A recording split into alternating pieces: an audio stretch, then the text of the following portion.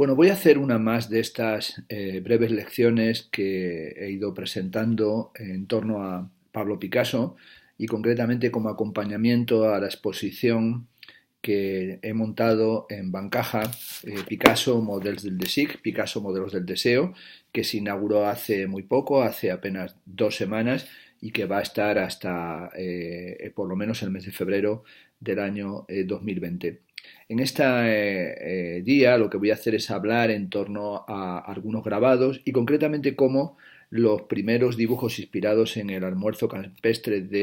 los va a realizar Picasso en el año 1959 en Baubenarges entre el 10 y el 11 de agosto. Y al otoño siguiente va a retomar la técnica del linóleo, del linograbado, como una especie de deseo de instantaneidad. Tenía cerca el taller de Arnera y con Arnera hizo numerosas planchas, entre ellas busto de mujer según Cranach el joven, y demostró un gran virtuosismo en estos linograbados, realizando estudios de mujer, también dibujos y trabajos en los que aparecían grupos, tauromaquias, y ahí aparece todo un dibujo ligero, ágil, de contornos planos, de motivos y decorativos y barroquizantes. En toda esa serie de trabajos, como digo, o como señaló también Pierre Cavin, aparecen constantemente imágenes vinculadas con las tauromaquias, pero también retratos de Jacqueline, bacanales, variaciones, como indico, del almuerzo campestre, también hombres tocando la guitarra, algunas de esas piezas las tenemos en la exposición en la sede de Bancaja, escenas de interior o bodegones, y componen un repertorio paralelo a los que Pablo Picasso va a ir desarrollando en esa misma época en los lienzos y también en sus dibujos. La materia impone en el lino más profundamente una sensación de modelado y genera un juego de formas y volúmenes que se han de ir equilibrando. Abandonó el grabado en lino hacia finales del año 1967, en una época en la que es manifiesto que Picasso está trabajando, podemos decir, por divertimento, y es una época en la que también aparecen los mosqueteros y también aparecen los fumadores, y se revela toda una necesidad de prestar atención a la vida cotidiana. Pierre Cavin dirá que la inspiración de Picasso se concentra en torno a algunos temas de la vida cotidiana, cuyo punto de partida es en muchas ocasiones un acontecimiento trivial.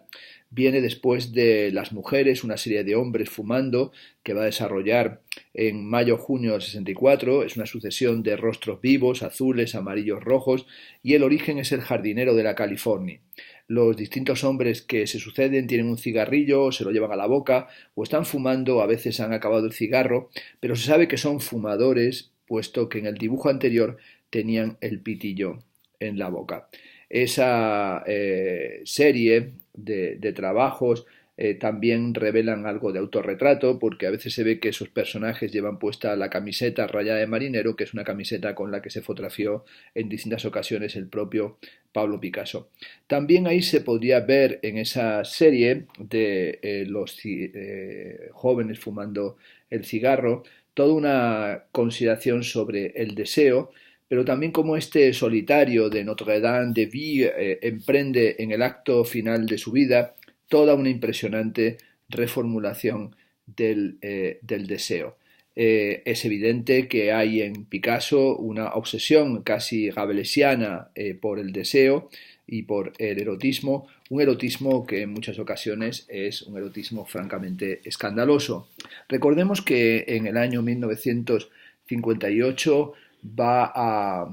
adquirir una serie de monotipos de Degas que había en Londres y que salieron a través de la Lefebvre Gallery, y adquirió distintos ejemplares y se sentía muy orgulloso de ellos, se los mostraba a los que acudían a su estudio, y esos monotipos de Degas le sirvieron como inspiración para la suite 156. Repetía Picasso en muchas ocasiones que Degas no había hecho nunca nada mejor que esos monotipos. Volveré sobre ellos más adelante. Lo que quería Picasso, por medio de sus piezas eróticas y por medio de sus dibujos de desnudos, era, como dijo en alguna ocasión, contar el desnudo, contar un seno, contar un pie, mano y vientre, y hallar el modo de decir, porque eso bastaba. Hay que encontrar, apuntaba Picasso, la forma de hacer un desnudo tal y como es. y en eso va a volver sobre la Olimpia y también sobre el desayuno en la hierba, con su obsesión por la corporalidad, que es algo que está ya presente en el ciclo del rapto de las Sabinas y en sus reinterpretaciones de Poussin y de David, pero sobre todo con esa furia erótica con la que afronta la cuestión del erotismo, del placer carnal, de los encuentros sexuales. En sus últimos años, Picasso va a llevar, como sabemos, el grabado a una cifra, a un lugar de absoluta maestría, siendo tal vez la Suite 347 la verdadera obra maestra tardía.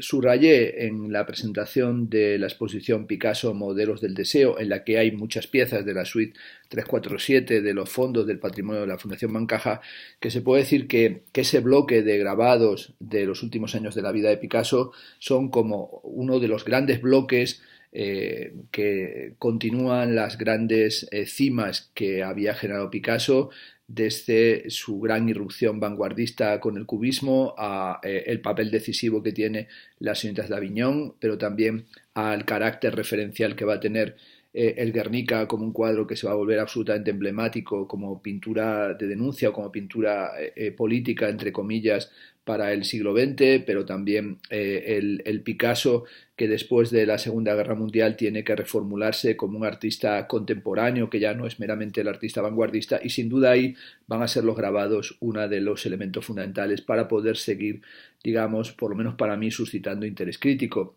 Justamente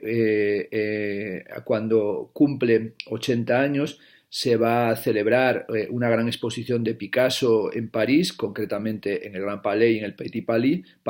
comisariada por Jean Leimarie, una exposición que se inaugura el 19 de noviembre de 1966, la va a inaugurar el ministro de Cultura André Malraux, que declarará que se trata de la mayor empresa, la obra de Picasso se refiere, de destrucción y de creación de formas de nuestro tiempo y acaso de todos los tiempos. Las pinturas que se mostraron en el Grand Palais eran un total de 284 procedentes de los grandes museos del mundo. Los dibujos y las esculturas que causaron sensación se mostraron en el Petit Palais y una selección muy grande de grabados en la Biblioteca Nacional. Por petición expresa de Picasso, la selección de grabados comprendía en gran parte obras de los años 60 al 66, ya que una exposición muy completa de la obra gráfica había sido realizada en ese mismo lugar, en la Biblioteca Nacional de París, en el año 1955. Con todo, aunque la exposición, cuando hoy la revisamos, nos parece extraordinaria,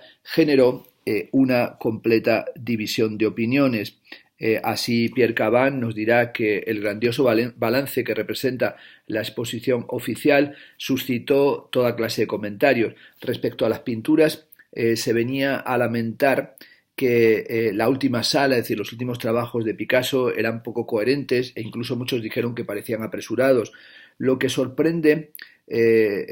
todavía más comparado con todo lo demás era la calidad tremenda que tenían las esculturas, que causaron una gran impresión. Pierre Restany se llegó a preguntar si acaso no estábamos equivocados con Picasso y que Picasso era sobre todo un gran escultor, haciéndose eco de la apreciación que años atrás expresara Julio González cuando afirmaba que Picasso era un hombre de la forma, y el mismo crítico Pierre Restany añadió que el itinerario plástico picassiano es todo fantasía, deslumbrante, magia, inventiva y riguroso control de los volúmenes. Pero como señala Caban, evidentemente se suscitó una gran división de opiniones sobre la exposición, y en ese año Picasso no para de dibujar y de grabar, y en esos dibujos y en esos grabados aparecen constantemente motivos eróticos. Una semana antes de clausurarse la doble exposición del Grand Palais y del Petit Palais,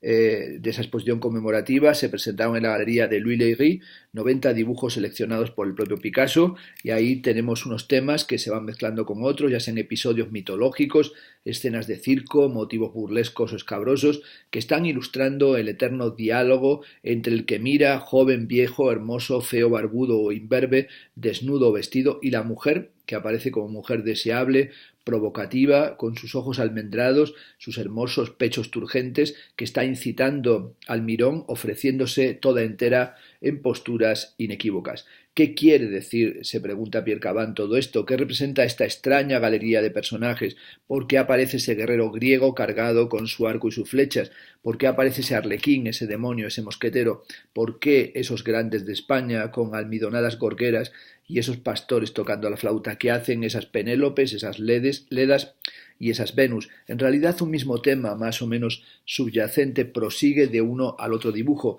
y ese tema es siempre el sexo y sus manifestaciones. Lo más asombroso es el registro de sentimientos que contiene cada uno de esos dibujos, como ahí el preciosismo se mezcla con lo patético, lo convencional con la audacia o lo monstruoso con la gracia, lo descuidado con la imperfección, la ira con la serenidad, el reto con el placer, y también vemos cómo ahí se dialoga con Ingres, con Goya, con Rembrandt, con Daumier, con Toulouse-Lautrec o con Renoir. Es decir,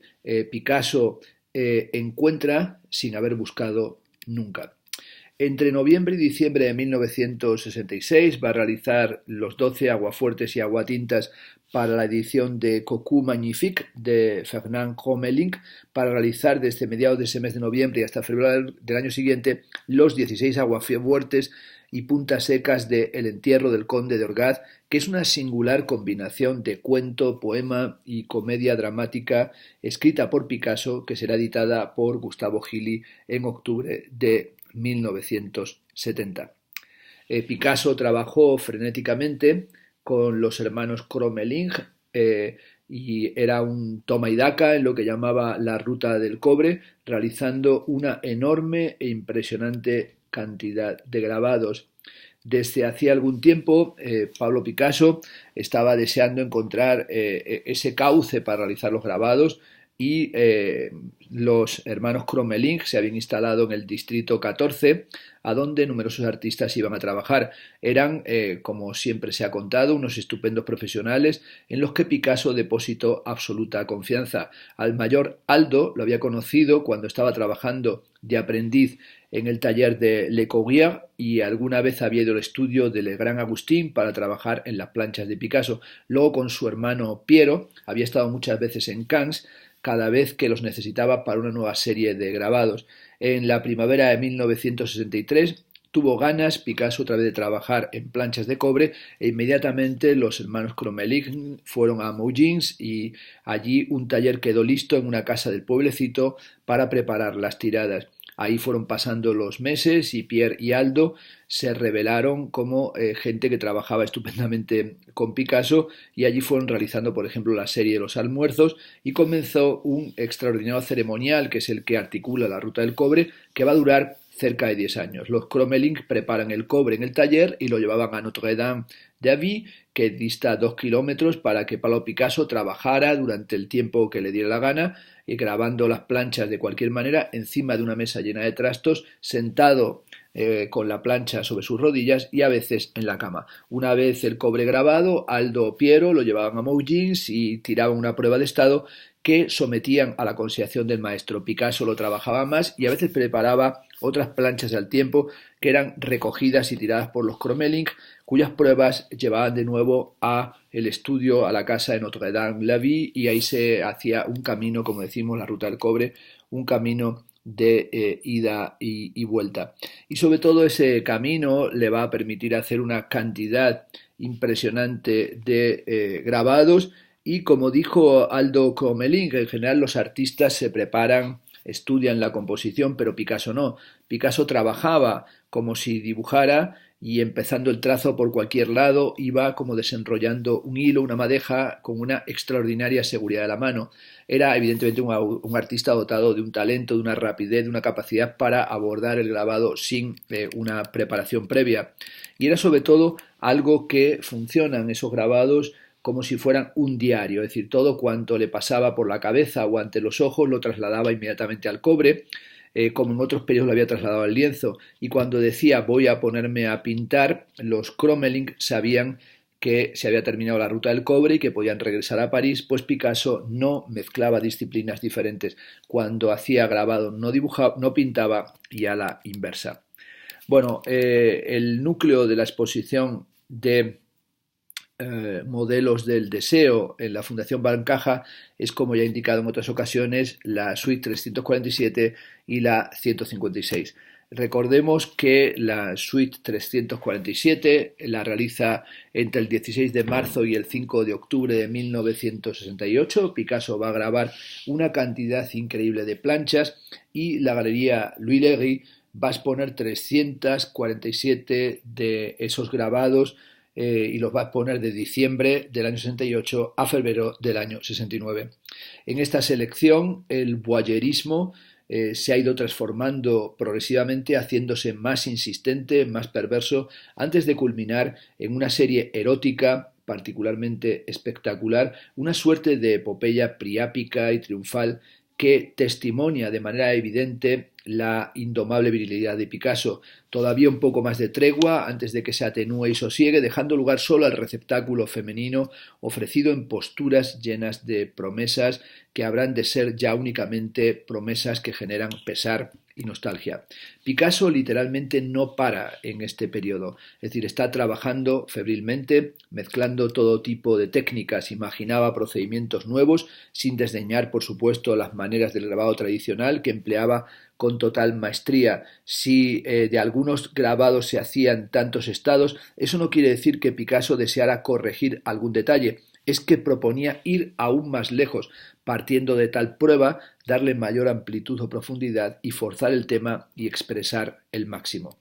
Los temas que aparecen en los grabados, por hacer así una caracterización general, por un lado tenemos toda la temática del circo, o todos los grabados maravillosos sobre el circo, pero también aparece todas las cuestiones teatrales. Picasso era un amante del teatro y también de la teatralidad. Recordemos su obra El deseo atrapado por la cola, que es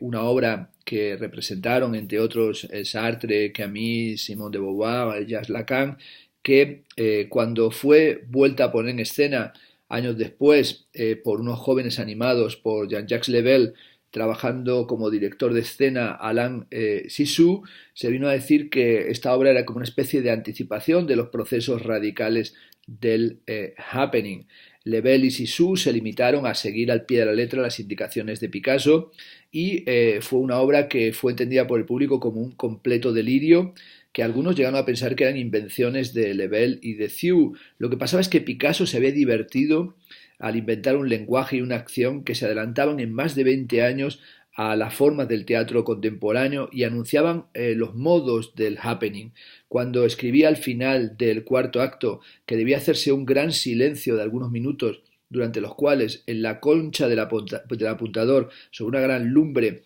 y en una enorme sartén, se verá, se oirá y se olerá freír patatas en aceite hirviendo y hasta que el humo invada toda la sala y produzca la asfixia completa, era todo el teatro petrificado, o era una crítica de todo el teatro petrificado que Picasso quería ridiculizar y colocar en el banquillo de los acusados. Y esa dimensión provocadora o esa actualidad de las concepciones teatrales de Picasso en realidad tienen que ver con el interés que tenía Picasso por la comedia humana, es decir, la inagotable fantasía de Picasso puebla su obra como una comedia humana con 1000 personajes cuyos juegos multiplica y hay que verle, dice Caban, con la plancha delante, las gafas cabalgando sobre la nariz y los ojos taladrando el cobre, pasar la punta seca sobre la fina película del barniz y trazar en arabesco flexible y leve como un pelo sin levantar la mano la línea que harán hacer todo un mundo de metamorfosis. Parecía muy sencillo y natural, como si todo fuera fluido, como si las cosas y los seres salieran de la punta de las manos sin ningún tipo de meditación. Y ahí, en esos grabados de la 347, tenemos todo su imaginario, tenemos los sueños mitológicos, las escenas de circo, la turbulencia del burdel, los pintores entregados a su tarea en relación con su modelo, los faunos tratando de conseguir presas para su deseo insaciable, los viejos rijosos, el voyeur o el mosquetero en sus anómalas apariciones. También sabemos que Picasso en esta época estaba apasionado, estaba hipnotizado casi literalmente por la televisión, le encantaba ver en televisión los programas de lucha libre y también seguía por televisión el circo. Se señala que, por ejemplo, los grabados que dedica al circo tienen que ver con los espectáculos de la Pisa de Étoile, el circo amateur de actores célebres y de los números circenses que se pasaba por televisión y por tanto no era meramente una rememoración de sus visiones del circo de antaño, sino que era una recuperación de la importancia de esas temáticas a través de lo que le ofrecía el televisor. También entre los temas aparece la Celestina, que era esa figura que ya había aparecido en cuadros muy antiguos de Picasso. Picasso había narrado en distintos momentos las venturas y desventuras de la Celestina, pero también había prestado atención a un personaje crucial, que es el personaje del picador, ¿no? El picador que luego va a ir cambiando por el mosquetero, ¿no? Ese picador que tiene también relación con la Celestina, ¿no? El picador que aparece en el burdel, el picador que estaría buscando completar su deseo, pero que ha entrado en una situación casi contemplativa, o ha entrado en una situación en la que no es capaz de consumar su deseo, no encuentra forma de salir de la impotencia. Y en medio de todo eso no para de aparecer, de saltar de acá para allá, la Celestina como una manifestación de la inspiración picaresca, pero también del sexo crudo, de la necesidad de desnudarse, del poder de la pulsión y sobre todo de la búsqueda de la imagen de la copulación, es decir, del deseo de encontrar satisfacción, donde vemos toda esa dimensión que se encuentra aquí del miembro enhiesto e incluso de las situaciones priápicas. Sin duda, la Suite 347 es un impresionante diario de a bordo. Los Crommelin hablaban así del diario de a bordo, un espacio para apuntar, para anotar, para fijar las impresiones como algo que aparece como sedimentación del deseo, de esta obra gráfica, que es una obra gráfica que parece que estuviera haciendo un pulso constante con la obra gráfica de Rembrandt, Rembrandt al que aludía en muchas ocasiones el propio Picasso y del que puede proceder la imagen del mosquetero. No cabe duda de que el Rembrandt dominó el imaginario de los últimos años de Picasso y los mosqueteros parece que vienen directamente de ahí, o por lo menos así se lo explicó Jacqueline a André Malraux cuando le dijo que los mosqueteros llegaron a Pablo cuando se puso a estudiar a Rembrandt. Los mosqueteros, los guerreros, los hombres de espada, los toreros, los comediantes se fueron multiplicando hasta el fin y entre ellos va a ser como Picasso va a desplegar sus últimos años, esos años en los que está buscando pintar la verdad o pintar teniendo presente la verdad. Esta es una cuestión que le preocupaba a Picasso desde hacía mucho tiempo. Pintaba para identificar la realidad a la verdad, para que lo real no sea solo una realidad de pintor, sino una forma auténtica, esto es, una verdad común. Conviene tener presente que para Picasso el arte es una mentira que nos permite acercarnos a la verdad, casi a la manera nietzscheana, cuando se dice que el arte es lo que permite hacer la vida soportable. Y está siempre ahí el problema de la realidad. Bueno, habría que recordar la famosa fórmula de Pablo Picasso cuando dice ahora sabemos que el arte no es la verdad. El arte es una mentira que nos permite acercarnos a la verdad, o por lo menos a la verdad que nos es dado alcanzar a nosotros. El artista debe acertar con la manera de convencer al público de la total veracidad de sus mentiras. Si solo muestra en su obra que ha buscado y rebuscado el modo de hacer creer mentiras, nunca conseguirá nada. Es decir, hay que mantener abierto el problema de la verdad y de la realidad, pero también de lo real, en el sentido lacaniano, es decir, de lo real como aquello que revela lo traumático. Esta es una cuestión que me gustaría trabajar pronto, ¿no? La relación de Picasso con Lacan y sobre todo cómo en una ocasión su amigo el doctor Lacan le comentó un día a Picasso que lo real es imposible y que la realidad desgasta la mirada. Esa imposibilidad es lo que habría que pintar, confirmaba Picasso, que se sabe carente de cualquier otro referente y también de la desesperación y el júbilo que aparecen a través de la pintura, dado que la pintura es para una obsesión, cuando decía yo no puedo hacer otra cosa que lo que hago. Obviamente la pintura es el arte de dar a ver y es un proceso de tremenda pugna con la realidad en el que se intenta decir lo que pasa en una infinidad de variaciones, sin caer meramente en el desahogo, porque la pintura no es un desahogo. La pintura no es un arte de confidencias ni de desahogos, no está destinada a expresar estados de ánimo, como hacen lo que llamaba Picasso los artistas pintores, a los que Picasso desprecia, ni tampoco tiene que ver con mostrar cosas bonitas, lo que igualmente practicaban esos artistas pintores, sino de dar a ver, como pretendía Paul Eluard, es decir, ver por dentro, es decir, el pintor lo que hace es pintar la pintura. Y en esa dimensión de pintar la pintura a veces hay que afrontar lo repugnante, es decir, la corporalidad descompuesta o la presencia sórdida, como sucede en la imagen de la meona, es decir, a veces hay que acercarse al espacio de la sátira, de lo escabroso, del exhibicionismo, que es algo que también hizo Rembrandt. Y por supuesto también hay que asumir esa posición que es la posición del voyeur o esa posición del libertinaje que se encuentra en la suite 347, pero que también se encuentra evidentemente en la suite 156. Bueno, voy a dejarlo aquí porque ya llevo 25 minutos y como sabéis quiero que estas sesiones sobre Picasso no sean muy extensas o que hagamos o plantearos una pequeña colección de intervenciones sobre Picasso que continuaré en la siguiente hablando un poco más de la suite 347 en relación con la suite 156.